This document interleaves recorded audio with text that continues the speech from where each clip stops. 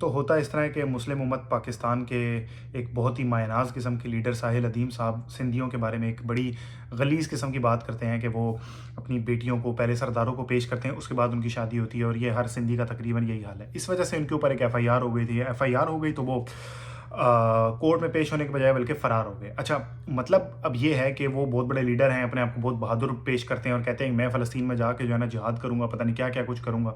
लेकिन एक छोटा-सा कोर्ट केस हुआ है जिसकी वजह से वो फ़रार हो चुके हैं। पहले तो वो अंडरग्राउंड रहे हैं बहुत अरसा, और उसके बाद जो है वो मुल्क से फ़रार हो गए, और उनके भाई कह रहे हैं कि वो बाहर मुल्क में जाके सेशंस दे रहे हैं और डरने की कोई ऐसी बात नहीं है। अच्छा, तो बात ये है कि आप कानून को चकमा देके आप दूसरे मुल्क भाग गए हैं। ये तो आप इंतहाई डरपोक साबित हुए हैं। बातें आप बड़ी-बड़ी जहाद, ग़ज़वा-ए हिंद और पता नहीं क्या-क्या बकवासें कर रहे होते थे। लेकिन अभी आपकी हालत टाइट हुई हुई है और आप भागे हुए हैं। तो ये हमारे इसी तरह दूसरे भाई थे कैसर राजा साहब। तो भाई तो ख़ैर मैं नहीं कहूँगा, दूसरे एक फ़िलॉसफ़र, मायानाज़ बायोलॉजिस्ट कैसर राजा साहब थे। उनकी भी यही कहानी थी कि मैं बस पहुँच रहा हूँ जी, मैं जहाद करने पहुँच रहा हूँ, लेकिन मेरे पास पाकिस्तानी पासपोर्ट है, मैं जा ही नहीं सकता, मैं कैसे जाऊँ? बाद में पता लगा कि उनके पास नीदरलैंड्स का पासपोर्ट है, लेकिन बस ड्रामेबाज़ियाँ करते रहेंगे वो। तो इवन जब मेरे साथ उनकी डायरेक्ट डिस्कशन हुई तो मैंने उनसे पूछा, मैंने कहा आपके पास डुअल सिटीजनशिप? कहता नहीं, मेरे पास तो नहीं है डुअल सिटीजनशिप। अच्छा ठीक है, उस वक्त तो मेरे मुंह पे डायरेक्ट झूठ बोल रहे थे, लेकिन वो जाहिर सी बात है एक और बंदा था जिसको ऑलरेडी पता था। उसने जब डायरेक्टली पूछा ना तो कहते जी हाँ, वो डरते डरते ही उन्होंने बोला जी वो मेरे पास जो है ना वो नीदरलैंड्स की भी है। अच्छा जी ठीक है, सही है। तो बहरहाल अभी ये भी फरार हुए हैं, और ये मौलवियों का भी यही काम था कि खुद दूसरों को गर्म जोशी दिलाते थे, और अपने बच्चे इनके कोलंबिया में पढ़ रहे होते थे, यूनिवर्सिटी ऑफ कोलंबिया, ये वो इधर उधर पढ़ रहे थे। ये एक किताब है, मैं बार बार इस किताब को मेंशन करता रहता हूँ, Pakistan between the mosque and the military. अच्छा, इत्तफाक देखें यहाँ पे मैं लाइब्रेरी गया तो मुझे यहाँ पे इसकी उर्दू वर्जन भी इसका मिल गया। ये तो इंग्लिश में तो मैं पढ़ चुका हूँ, अभी उर्दू में मैंने शुरू की है। उर्दू में चीज़ें ज़रा ज़्यादा समझ आती हैं, अच्छा लगता है, मज़ा आता है। तो उसमें भी यही है, वो ओरियो मकबूल जान जो हैं वो क्या कहते हैं, इधर बड़े बड़े भाषण दे रहे होते हैं, ग़ज़वा-ए हिंद, और बाजवे जैसा जो है ना हुक्मरान कभी नहीं आया। वो उसके पास मुझे ख्वाब आया है कि आप सल्लल्लाहु अलैहि वसल्लम के पास जो है वो हज़रत उमर भी हैं, और बाजवा जाता है वो उल्टे हाथ से बकवास, मतलब अटर नॉनसेंस कहानियाँ कराना लोगों को। और ख़ुद उनका बेटा जो है वो यूनिवर्सिटी ऑफ कोलंबिया में पहले पढ़ रहा था और अब उधर पढ़ा रहा है। तो बस ये जितने भी लंडे के होते हैं ना, हमें बकवास कर रहे होते हैं कि आप जो है ना लिबरल ऐसे हैं, तो फलाने ढमकाने लेबल लगा देते हैं ना फ़ौरन, लिबरल सेकुलर बोल के एकदम काफिर मुर्तद डिक्लेयर कर देते हैं और गायब हो जाते हैं। अच्छा, तो अब इनकी खुद की हालत ये है, खुद ये भागे में फरार हुए हैं, और इनके अपने बच्चे, इनकी अपनी फैमिलीज़, ये सब उधर ही होती हैं। उधर अयाशियाँ चल रही होती हैं, उधर की सोशल सिक्योरिटी पे पल रहे होते हैं ये, ठीक है। उधर की हुकूमत को टैक्स दे रहे होते हैं, और इधर के लोगों को ये भड़का रहे होते हैं। और मज़े की बात, बहुत सारे लोग भड़क भी रहे होते हैं इस बात पे, ओ जी हम केएफसी का बाइकआउट कर देंगे। अच्छा, फिर क्या होगा केएफसी का बाइकआउट करने से? उनको टैक्स नहीं जाएगा। अच्छा ठीक है, जो उधर लोग जॉब कर रहे हैं उनका क्या होगा? वो भाड़ में जाए, उनका सब्र करें वो। तो सर आप भी सब्र करते ना, जब आप पे एफआईआर हुई थी आप सब्र क्यों नहीं किया? आप भाग क्यों गए? सब्र करते ना, आप रुकते बात करते, आप में हिम्मत ही नहीं थी, ठीक है, आप भाग गए। और इसी तरह ओरियो मकबूल जान साहब का भी यही है। वो मतलब ये क्या, इनके अलावा जितने भी मतलब जितने भी थे, वो एक आता था, मुझे याद नहीं आ रहा, लाल टोपी वाला, उसका पता नहीं क्या नाम था, वो भी यही कहानियां करता था। बस आज आप देखें 9-10 साल बाद पाकिस्तान ऐसी डोमिनेटिंग पोजीशन में होगा। अबे पाकिस्तान खाने पीने के लाले पड़े हैं, बातें करवा लो इनसे। तो वो राजा जी का भी यही कहानी है कि वो बस वो तो जा रहे थे, वो फ्रंट मैन, वो इंजीनियर साहब कहते हैं ना कि वो फ्रंट मैन है, वो फ्रंट मैन जा रहा था लेकिन गया नहीं, समझ नहीं आई, पता नहीं क्यों नहीं गया उधर।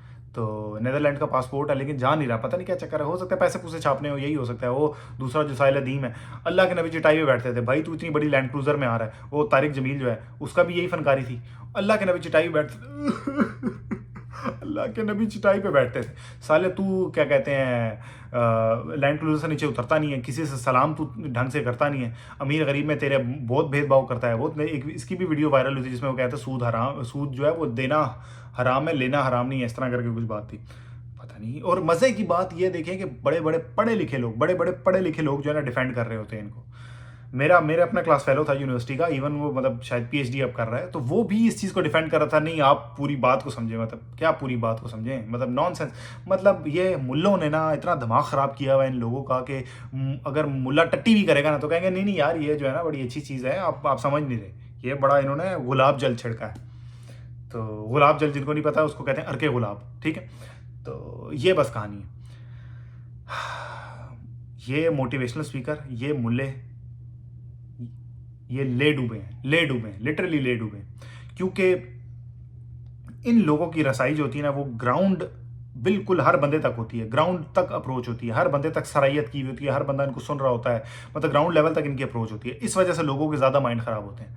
और फजूल नॉनसेंस बातें लोग भी हमारे से डिस्कस ऐसे कर रहे होते हैं जैसे इनको, मतलब फिर मैं इस नतीजे पे पहुंचा कि ये जो डिस्कस कर रहे हैं इनसे डिस्कस ही ना करो।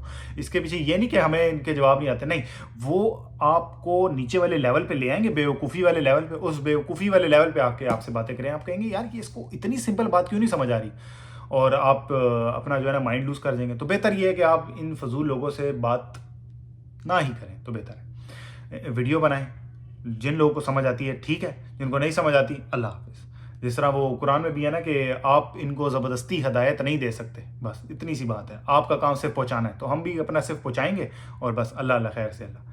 तो बहरहाल अभी साहिल अदीम साहब जो हैं वो भागे हुए हैं, मुल्क से फ़रार हुए हैं। देखें जी वापस आते हैं या नहीं आते, आएंगे तो सही, डेफिनेटली सारा धंधा इनका इधर है, सारे चंदे और कॉलेजों से जितने बड़े बड़े लेक्चर्स देते हैं वो सब इधर से ही पैसे इकट्ठे करेंगे, तो आएंगे तो सही वापस, लेकिन जब इंतज़ार करेंगे कि FIR क्वैश हो जाए, कोई पैसे पूसे दे दिला के बात ख़त्म हो जाए, तो बस तब आ जाएंगे वापस, कोई ऐसा मसला नहीं है। ये इनका रोज़ का ड्रामा है, और बस ये कैंसर लगा हुआ है